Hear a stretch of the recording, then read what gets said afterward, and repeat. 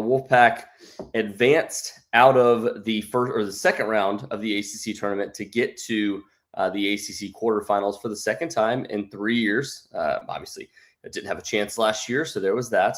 But Will Wade wins the first game in the ACC tournament.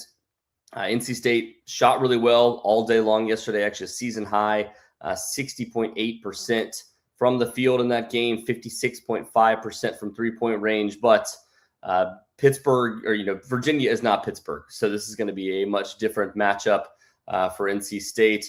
Pittsburgh was a team that has some physicality down low, but a limited amount of bodies, whereas Virginia just keeps rolling bigs, big guards, big centers down low that make life difficult for NC State to be able to get into the paint.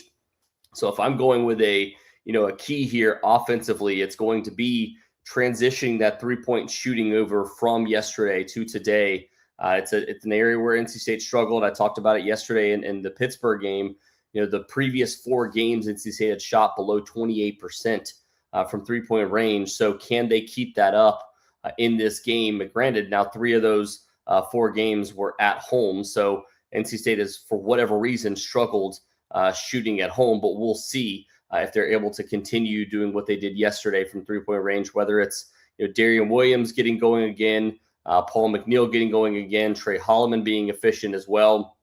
All of those guys have to carry that over into this game and be able to hit from three-point range early and often, get off to a good start, something they really struggled with the last time around. I can't remember the exact shot count, but I think it was something like 8 of their first 11 shots were from three-point range, and they got down early. I believe it was like 15-3 or 15-4. Were able to claw back against UVA, but exerting that much energy, they were never able to kind of maintain that and actually get over the hump. So we'll see what NC State's able to do in this one from three-point shooting. But, the issue is if you don't hit those shots early, UVA just drops into coverage and they can get comfortable. NC State, it's going to be hard for them to drive against the amount of bigs that UVA has. This team ranks first in the ACC in blocks per game. So for NC State, again, like I said, you have to be able to open up that element of the game and be able to force them, or have to force them into doing something that they don't want to have to do, which is stretching that. I want to make sure I get the stats straight here. Yeah, they're averaging also on offense. They're averaging 80.9 points per game, which is their most since the 2000-2001 season. So Tony Bennett never reached these kinds of numbers offensively for UVA.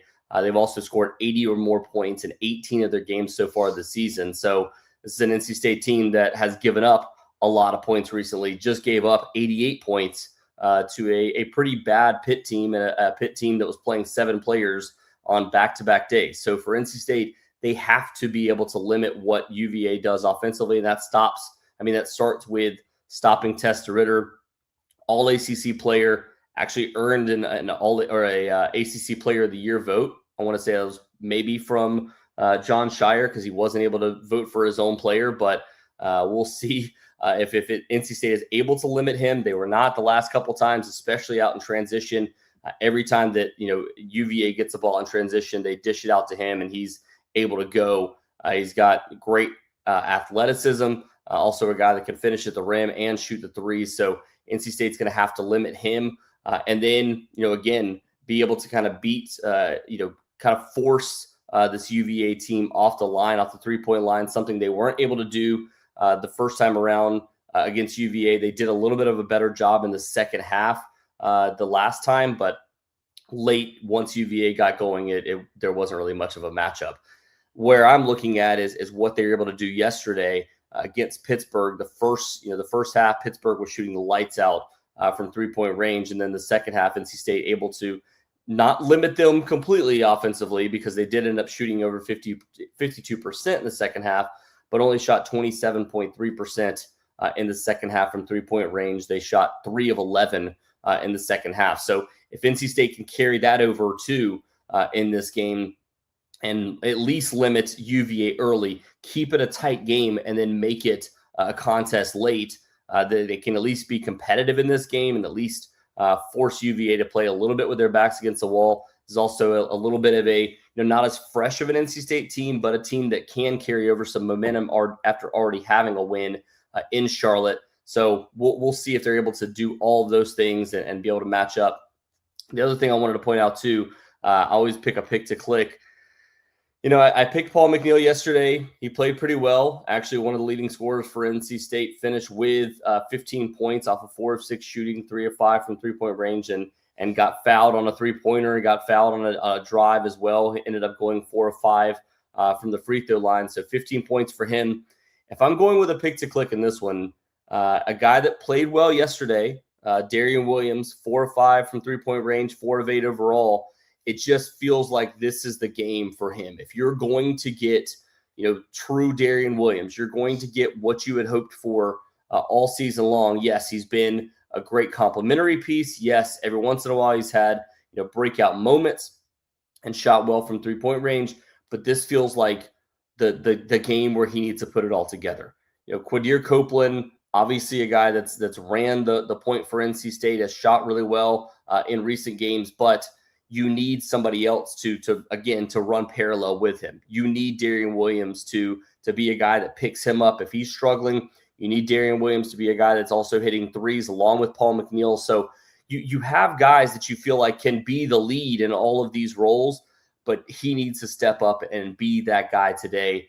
Beat guys off the dribble, but also not shoot in traffic, not give up bad passes, because that was, again, something that he really struggled with the last time against UVA. He got behind the 8 ball and just never really recovered in that game. So 12 points from him yesterday, only took 8 total shots, ended up with, didn't end up actually taking a free throw at all.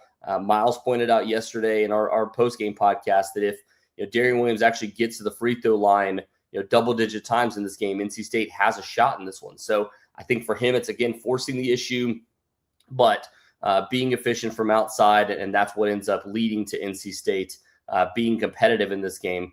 If I'm going with a prediction here, though, I'm not going to predict NC State wins this game. You guys can be upset with me, but I'm being a realist here. I do think this is a game where NC State, again, is competitive, pushes it at least better than they have the first 2 games. It's a 44-point margin combined between the first 2 games. So hopefully it can't get any worse than that. We'll see if NC State is able to, again, kind of sustain things throughout this game. But if they're able to keep it competitive in the first half and then try to pull something out in the second half, we'll see. But I just feel like this game is one that UVA ends up winning down the stretch, being the fresher team, having more of a post presence and being able to win there. UVA ends up pulling this game out 84 to 78. So NC State's able to at least keep it competitive and ends up, I think UVA would still beat the spread with that, because I think it's still 4.5 right now. So UVA would cover the spread with that, but 84 to 78 is what I see for this game. Let me look through some of these really quickly. Armand said, just touchdown in Charlotte. Let's not get run out of the gym, please. Yeah, look, I'm predicting that it's going to be a close game. So it at least will be something tight that, NC State fans that are here in the building will get to enjoy, at least for, almost 2 complete halves. But we'll see how this thing goes. Blake said, Yo, Cory, how do you think State will defend the inside today against UVA? And do you think we can limit the 3? Yeah, I think that again is something that's going to be a big question mark, is if NC State can limit what UVA is able to do inside, because that was obviously they played more inside out last time. I think NC State has to play outside in. You have to draw them off the line and force them to be able to open up passing lanes. So that's what NC State needs to do in this game. I think the way they defend the 3 is they throw a lot of different things at them. I think obviously your base defense is switching everything, but they actually did have some early success yesterday with hedging some of those ball screens with Val. So I don't think he's going to be enough of a post presence to limit them down low. So I think they throw something that, look, Tony Bennett ran all the time, hedging every single ball screen and bringing his bigs out. I think if they're able to do that in this game, they at least limit them a little bit, because clearly they played some 2-3 zone that has not worked out well for them. So I don't think you try to throw that against the wall and see if it sticks either. So, but yeah, and then yeah, as Akil said here, straight line drives are just asking to be blocked, need to be more craftier than that. Yes, and And we saw that some yesterday. I mean, Paul McNeil, again, once he got hot, like one of my favorite moments of the game yesterday was him, with a shot fake, basically from the very top of the key, and ends up dishing it inside to Venal Lubin, just because of the fact that they had to respect that. So if you're able to hit some of those early shots, draw that gravity off the rest of the offense, and it can open up things for everybody else inside. That's how you can actually win outside in for NC State. But you've got to hit those shots early. You've got to make them respect it. And that's what NC State needs to do in this game. So again, I think it's 84-78 is the final here. We'll see if that holds. I picked 85-75 yesterday. It ended up being a 10-point game, but both teams a little more offensive in that one. So we'll see what this one holds. But thank you again to everybody for listening. We'll have full coverage from this game. Me, Miles, Charlie, and Chris Ragone will all be there. So thank you to everybody for listening. We will talk to you again soon.